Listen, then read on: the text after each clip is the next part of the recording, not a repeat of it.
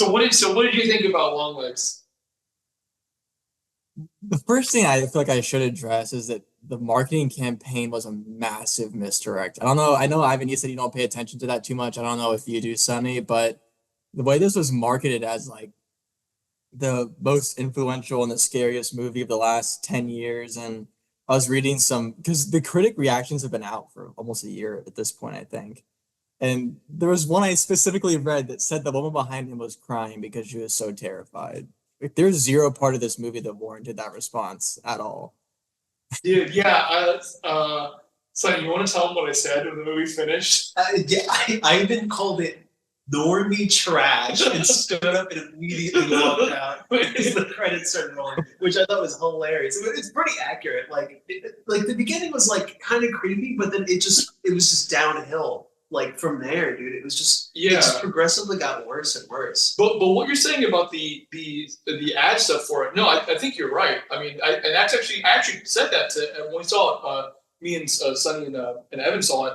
I said that in the parking lot. I was like, I don't think we've had this experience before, where like the ads were very well done and they were creepy. And I saw a bunch of like videos saying, "Oh, this shot, the robot, like the doll with the with like the veil, like this is so scary and it's so simple." I was like, "Yeah, this looks really creepy." And then I found out Nicolas Cage, and I'm like, "Oh wow, that's really cool." And then we saw it, and I was like, "Wow, like this is like I don't know if I should be." I mean, I guess I'm impressed by the ad, like the marketing, but like it's deceptive because the movie was just I don't know. Oz Perkins, he did that Pretty Little Thing lives in the house or whatever, which I saw, but I didn't see Black Coat's Daughter. I didn't see some of the other ones he did, but that was fine for what it was. But this was like, man, I don't think I haven't seen a film this bad in a long time. Like honestly, um, I don't know what. Yeah. I don't know if I would stretch it that far to say that it was that bad. Oh really? Oh really? But I mean, don't get me wrong. I don't think it was great. I wouldn't even say it was good. Um, I think Micah Monroe's performance was definitely the highlight. I liked her character a lot. I liked the fact um, that the lead, in terms of a narrative perspective, I like that the lead was so intrinsically important to the villain's story. You know what I mean? And not just a way where like, oh, I hate this person, I have to defeat them. It was more like her upbringing and everything was so dependent on the long legs character, and I like that aspect of it. But besides that, the ending especially, I didn't really find it that intriguing. Yeah. Yeah. No, I would agree. The ending was not. She let the wife die. Like she saw him, the mom shoot the other doll in the head, and obviously at that point she was kind of like getting like fuzzy, and she fainted. But like if she shot that doll in the head right there, no matter what it would have looked like to them, if it was crazy or whatever, like that could have saved the cop, like police chief's wife. I don't know, but yeah, like that whole thing was like, yeah, I feel like you just kind of missed the mark there, but maybe that was just like how the character was supposed to be. Like it was just, she's not perfect. I don't know, Yeah. but like, yeah, It was just based off the like explanation of it. It seemed like the like obvious choice of just destroy the metal ball and like it kind of snaps the matter like Yeah. that spell. But she just kind of like sat there and like watched like the dude you kill his wife and then like come at her. And it's just like it just seems so like I don't know, so yeah, pointless and like yeah. I mean, she didn't want to like. I get it. It's next to the kid. You don't want to hurt the kid in an accident, but it's like she saw like she was so quick to get there and like really fast acting and so much like screaming in the car, and then like she got there and it was like yeah, it was maybe like frightening that like her mom was already there and it already had started, but like she knew what she could have done to like stop it or at least like start the process of like, hey, if I shoot this doll, the thing's gonna kind of like disintegrate and like we'll get back to normal, whatever. But she didn't do it, and then they left, and because the police chief was being a dick, it was obviously like like under something, and they went to the kitchen and like that was it, and I don't know, but yeah. Yeah.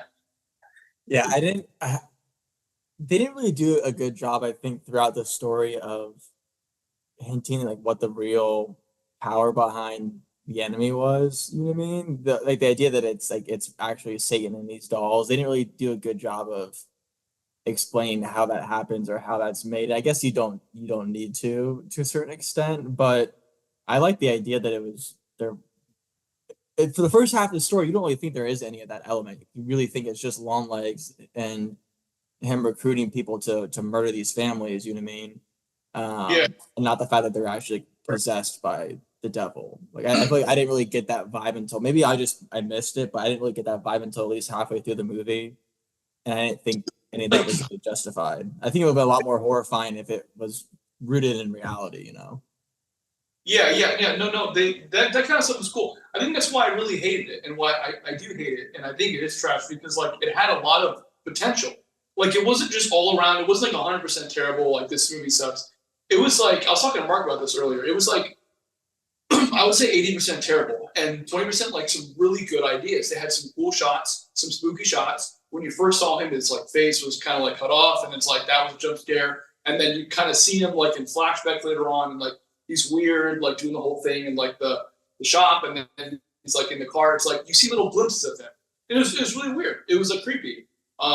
And even just like some of the shots were like, yeah, she's in the beginning like she leaves the house to see that thing, and then she turns around, he's in the house, and then like there's like little things whispering because it's like the dolls, like the thing and the dolls like whispering, and she can kind of hear it. That stuff was great. The suspense, that was all great. And it really made me feel like it was a movie, maybe not as good as Silence of the Lambs, Seven, Zodiac, but like close. Like it could be on par. Like I could see someone in this generation saying, okay, it is not as good, but it could be this generation's those movies, But then the other shit just made it.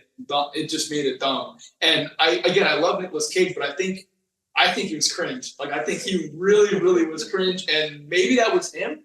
Just like Oz let him do whatever, and he was kind of just like doing stuff, or maybe that was the direction.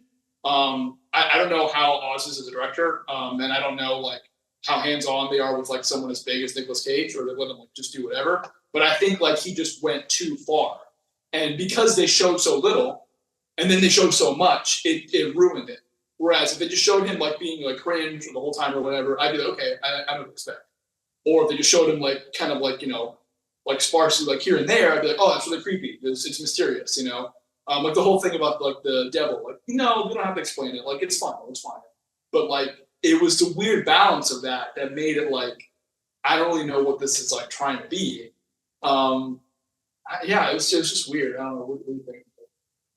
I mean, I would agree. Like I just didn't know how to like honestly feel about it at the end, because it's like again, like you were saying, like they made Nicolas Cage character like so like kind of like almost like mysterious and creepy, and like only like showing half his face, or when they did show his face, it was like for like half a second, so you like didn't really get a good picture of him. But then once he like got captured and stuff, he was just being Nick Cage, like just like it almost felt like overacting and just like just too much. Like it just felt like it kind of ruined like I guess like the mystery of his character. He just seemed like this weird lunatic that makes dolls, and then they just I guess he puts the suspension of disbelief got ruined quite a few times, I think. Exactly. Yeah.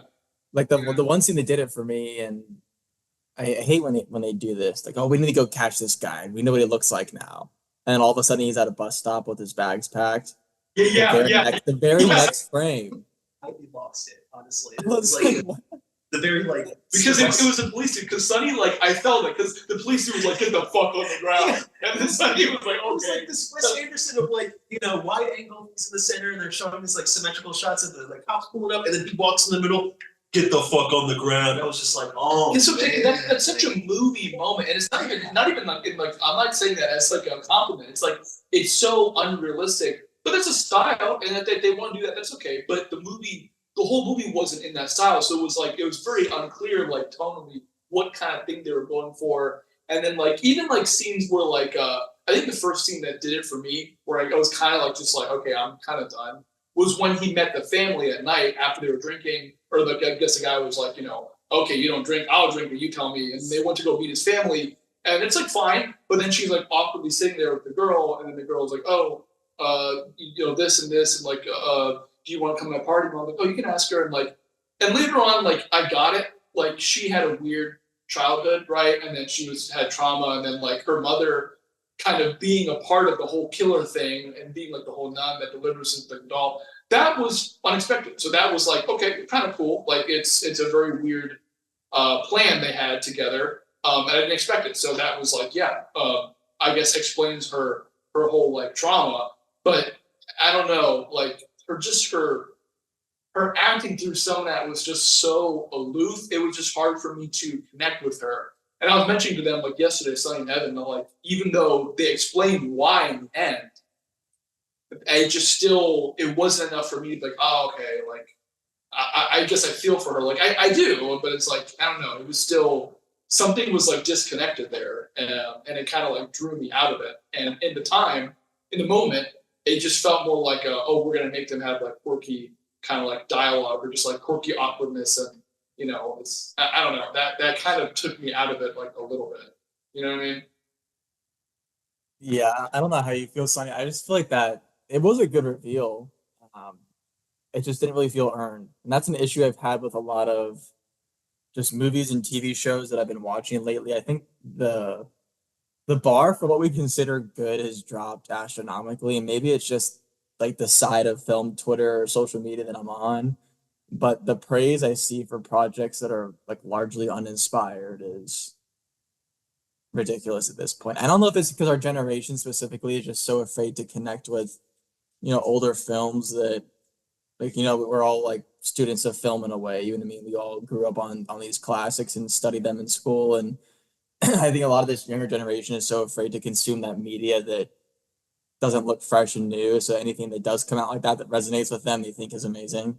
Um, Yeah, but there's some truth to that. Because I can imagine if there was some kid that never saw this other, like, Silence of the Lambs, Zodiac, like, whatever, Seven, and then they saw this, they might think like it's really, but to me, it just felt like edgelord. It was very much like, yeah, if I was like a teen and I was into like killer stuff, like, oh, that's so cool. But then, yeah, again, if I hadn't seen the other movies do it in a more sophisticated way, I don't know. This is almost kind of like baby's first like Psycho, like you killer movie, and it would just like I hate to say that, but it was very kind of like we'll take this one here, and I don't know, like the whole even the thing with her like finding the numbers, like oh they all have like birthdays in the 14 and stuff, and like her doing like the clue work that was interesting, kind of like it was fine, but I don't know, like and I was asking them because I'm so confused the whole arrangement like that. So like he came up to their house, right? He like kind of scared the daughter. The mom was like, "Who are you?" And then he said the whole man downstairs thing. And then what made him get mad at the mom?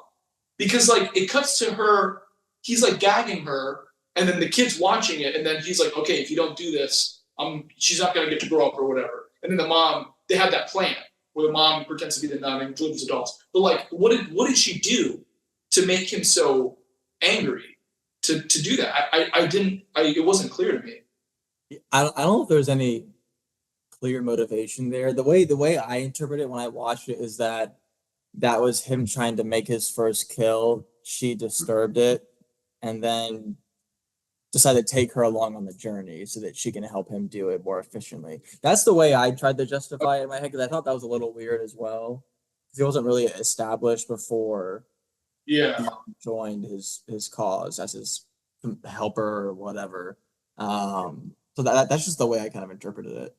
Well, I wasn't sure because he had mentioned the thing where like, oh, he shows up and he gives them like the choice between like Crimson and Clover, and I didn't know. Like, I was assuming that she had chosen because I don't know which one's which. So I was under the assumption that she had chosen the non-popular option, and that like made him angry. Because his first kill was, or I guess his first attempted kill was the girl in the barn that was in the sane asylum. I thought that happened before he met the like what we saw in the beginning of the movie. Right? Well, but that girl's younger than the main chick, so it would have happened. After, it would have happened after. Yeah. Yeah, but no. See, the Clover and like I don't even remember that. Yeah, because he was like, "Oh, I give him a choice." Like, because I think that was in the interrogation scene. He's like, Yeah. "Oh, you get the choice between like Clover and Crimson, and then one you like one you die, and then the other one you like." I guess he had like made some reference to like you do like the dirty work or whatever. So maybe I just assumed that it was like the decision between one or the other, and then like you got angry that she chose the wrong Right. one. I was also like confused, but I just kind Yeah. of chalked it up to. I honestly did not even remember that part. This what? Sorry. I honestly did not remember that part at all. Yeah, no, I say exactly because when enough of it's like just like uninteresting or like cliche, or I'm just like, oh, okay. Then I kind of like just tune out, and I don't need to. But yeah, I totally like until you mentioned that, I totally like forgot. It was like kind of like in the gibberish of his like whole confession when he was just kind of rambling Yeah, about yeah. like, of like the Mr. Downstairs and all that. So I mean, I can see how you. Yeah, no, that whole that like the writing overall was like it wasn't bad, but like I just because when you mentioned kind of like I forget her name, the main actress, like Michael Monroe. yeah, she did her part well. I don't think it was bad. It was just hard for me to connect with her, but because the character specifically has like that whole trauma, and she's like very kind of closed and whatever. That's I kind of get that, but like every other character in the film, they weren't bad, but like the acting overall, it seemed very theatrical at times. Mhm. Like even the whole like, oh, you don't drink, I'll drink, and then you can talk to me or whatever. Like, oh, like I don't know, like it was just like the acting overall was it seemed almost kind of like formative and like I don't know, not like Wes Anderson like exactly, but like not necessarily that realistic. And again, the ads with as little acting as there was in the ads made it seem like it was going to be more kind of like dialogue driven, like more like I don't know, realistic. And in the end, it kind of just seemed like cookie cutter. Like okay, there's an FBI, and then like yeah, and then she's gonna go on the case, and this guy like doesn't believe her, and like what? Like you have a hunch? And the first day, what? How are you so good at this? No. And it's like I don't know. It was just like too. And that thing too, yeah. This scene with the one, like she's like, okay, he's in the house, and then the other guy's like, no, how do you know the hunch in the first day? Like, okay, that's realistic. Yeah, it's very unlikely that someone would have a hunch in the first day, and then they're correct, and he gets killed. Fine, and then so she was right, and then they arrested that killer, but then like they put her in that room to like test her to see if she has like she's like psychic, Yeah. like they have like a protocol for that, and then they never like talk about that. Like, and she was only like Yeah. Yeah, Never and it was really touched on that at all. this one thing that she might be psychic. We got to test her, and then there was so, no like maybe that was a thing back Yeah. in the day, like they just were kind of like Maybe. reaching for anything. I guess, maybe. Yeah. Yeah, it was strange. Yeah. I don't know. The only Yeah. other performance I liked was Kiernan Shipka. Oh yeah, I was surprised to see her too. Yeah. Yeah, I know. That was unlike anything I've ever seen her done. Maybe that's why I thought it was really good. But her jargon was a little much. I thought that was kind of forced. Like if he's a Shirley told me this, I would ought to do it. Shirley, like Yeah. it was a little forced. But her performance was great. I thought. Besides that, everything else was just fine, like you said. Yeah, I hadn't seen her since Mad Men, and I haven't seen any of the Sabrina the Teenage Witch like remake that she's in. No, but it was good. But again, like it's a hard comparison again because I haven't seen Sabrina and Mad Men. She was like a kid, but like I don't know if her delivering that, obviously the jargon was written, but if that was like her, like how much she was directed to like say it like that. And so because I don't really know that much about Oz Perkins, so I don't know, but like yeah, that performance was like it was good. I was more happy to see her because I hadn't seen her in a long time than like oh this performance blew me away, because it was just kind of like young girl being edgy and I don't know, like there's a lot of that. So, but I was happy she was in the movie because that was definitely a surprise. But yeah, overall, I think if the marketing, at least from my perspective, if the marketing didn't hype this up so much, I just watched this on demand at my house or on a streaming service, I would have thought it was just fine. But and again, it's not the movie's fault in a sense that it was overhyped. I mean, good job on the media or on Neon's marketing team for that, I guess. But it was just the expectations going in were crazy on my end because everyone was saying this it was like a revolutionary horror movie. It's one of the best of the decade, and then you get in there and there's nothing really that ingenious about it. right? No, nothing at all. No, and that's again that's the worst thing about it too is that it's not just all bad. It's like there could have been some I guess more interesting ways for them to have done stuff. Because the whole premise is like not that dumb. I think it's like you could make it really good, but just the execution of it was like very, I don't know. It was just really disappointing. And yeah, I mean the ad stuff. I mean, what can you say? Is like it's just unfortunate that they did their job too well, and that like people were doing these like reviews. But I mean, honestly, man, it's the whole stuff with critics. It's just like writing reviews like, "Oh, this is the best one of the decade." It's like I don't want to get into conspiracy like people like being paid to say that. I mean, maybe I'm sure there are people like that can do that, but it's just so like I don't know how specifically critics who I would assume know the best of the best when it comes to like horror and thriller and like serial movies could compare this to that when it's very obviously like not, So that's really like unfortunate, but I don't know. Maybe it's cool to like Longlegs. Like I don't know. Like I want to like it, but I can't. Like Yeah, and I'm maybe not that's why gonna with you. so long to like get to the point where I just didn't like the movie because I hadn't seen any trailers. I was seeing like a couple of videos like on TikTok and stuff about people talking about it and like, oh, it's like, creepy, it's pretty cool. But like other than that, I really didn't know anything about it. So like going into it, I was going in blind and I was like, well, so you guys totally different than me, and you still been yeah, no, well, yeah, 'cause again, at like the point that I lost it was the bus like scene. But like other than like leading up to that point, I was like kind of like giving it the benefit of the doubt. It's like, yeah, she's acting kind of weird, but maybe there's something going on. And like as like the movie went on, it just like progressively like got worse and worse. And I was just getting like more disappointed with like what I was watching because I kind of just saw the angle it was going, and I'm just like, yeah, I'm not. and the mom's acting too. I don't know that actress. I don't really know many of the actresses here except for Kiernan Shipka and Nicolas Cage. But the mom was like, just her acting was I don't think it was good. Sometimes it was just kind of cringe. And again, it could be directing. It could be just her as an actress. I don't know. But the whole like oh, say your prayers, like I've never said that, like yeah, they don't do a goddamn thing. Like it was like, oh man, I don't know. It was a bit much. Yeah, so, she changed her mind real quick. yeah, and like it was too much on the nose. Like something's wrong with your mom. Something's wrong with this person's mom, and like you're gonna figure out what it is. And that was like really trying to hold your hand in a way that was the movie made me feel like dumb. Or like it thought that I was dumb, and I think that overall was like a reason why I didn't like it. It was like trying to like I don't know either like Insulted your intelligence. else or just not be clear sometimes or like I don't know. So yeah. Yeah, that's honestly all I have to say about it. I've already forgotten a lot about the movie. Yeah, no, I'm sorry. What's like the last horror movie you guys really liked?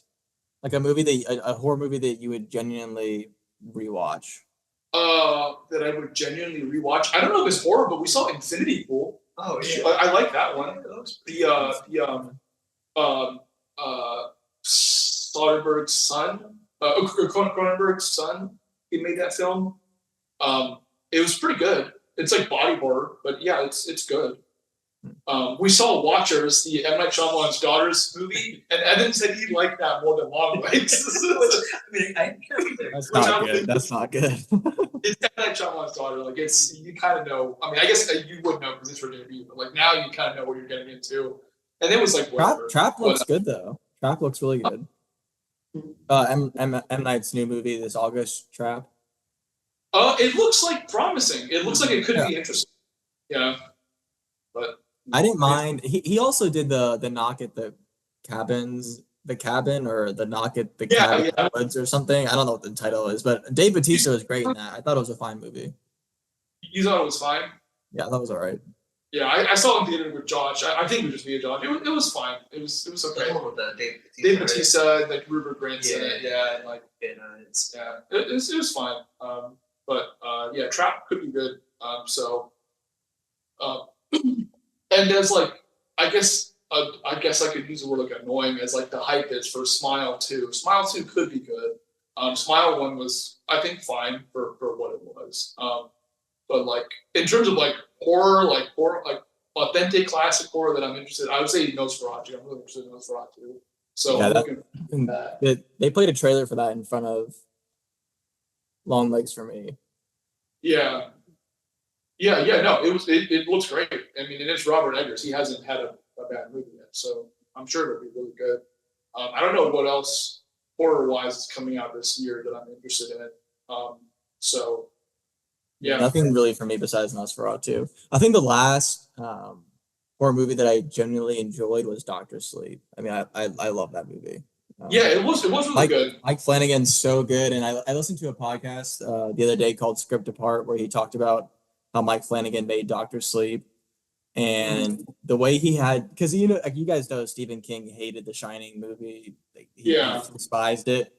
So Mike Flanagan set out to kind of remedy that, and he did succeed, I guess. When Stephen King saw the movie, he said that he doesn't mind the Shining movie as much anymore, and he actually kind of enjoys it. So, but he had to take the ending of a movie that the writer hated. He had to take the book and the Doctor's Sleep book and all kind of make it into one. Wow. Yeah. And blending those three storylines, I think he did that so well. And I haven't seen the director's cut of that movie. I really want to. I didn't But know I there think was. Doctor Sleep was the last horror movie that I would say that I loved. Hmm. Yeah. No, I do remember liking it more than Infinity Pool. Infinity Pool was good. It was weird, but Doctor Sleep, yeah, because Doctor Sleep's connection to The Shining was like, yeah, I like The Shining a lot. So yeah, I liked it a lot more than I thought it would. Because that's some big shoes to fill. And like the sequel to The Shining, arguably one of the best horror movies ever. I wouldn't say it is, but like you could people argue that like yeah, that's really hard to compete with. Um, but no, yeah. I think that's probably it.